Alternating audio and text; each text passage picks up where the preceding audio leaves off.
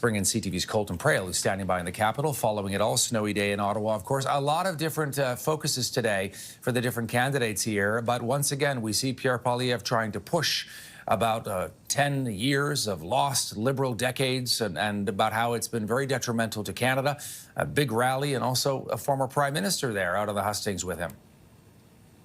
Yeah, I mean, from the policy perspective here and from the verbiage around the lost Liberal decade, as he is referred to extensively in his last few media appearances and rallies and campaigns, I mean, this really is the Conservative focus for this election campaign. It is around the need for change that existed prior to the Donald Trump tariff threat and the impacts of those tariffs. And for them, that is the issue where they feel they have the most ground to compete on. And it makes sense. That was the issue that was driving them to massive, massive leads in the polls prior to this tariff threat, prior to the introduction of Mark Carney. It's also an issue where they have spent a lot of time laying the groundwork, laying the messaging, talking about the changes that they would like to make. And so seeing the focus on an area of strength for the Conservatives really isn't a surprise. The question is whether that will be the ballot box issue. Is this going to be about affordability? Is this going to be about Donald Trump? It's likely going to be about both, but how it shifts, how it splits, will it be 50-50? Will it be 60-40 in one direction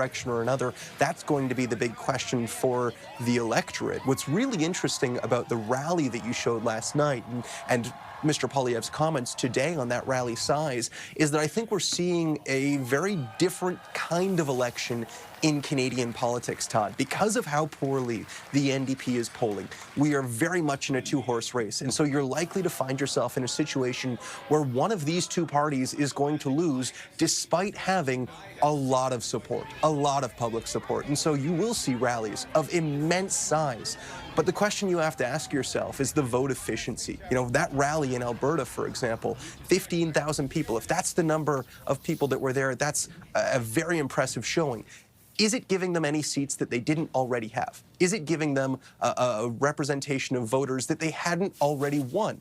Or is Pierre Poilievre preaching to the converted? That's one of the big questions that's going to be asked throughout this election campaign. Are these leaders speaking to new potential votes, or are they shoring up a vote they already have? And will this really just come down to who is better at getting out the vote that they have? Because if you can get 15,000 people to a rally and you can energize all of those people to head to the polls, and you can do that across the country, that can absolutely be a winning strategy. But if it's only happening in ridings where you were already likely to win those seats, well, then that's not very effective. We saw it in the last election where the Conservatives had more votes, but they were less effective votes. They didn't win more seats because they had more votes and seats they were already going to win. And so that breakdown, watching that over the next 3 weeks, I think is going to be the most telling thing. These rally sizes are important to watch, but where they occur, I think, is going to be such a big determinator of who comes out ahead at the end of this in 3 weeks' time. CTV's Colton Praill in Ottawa. Thank you, Colton.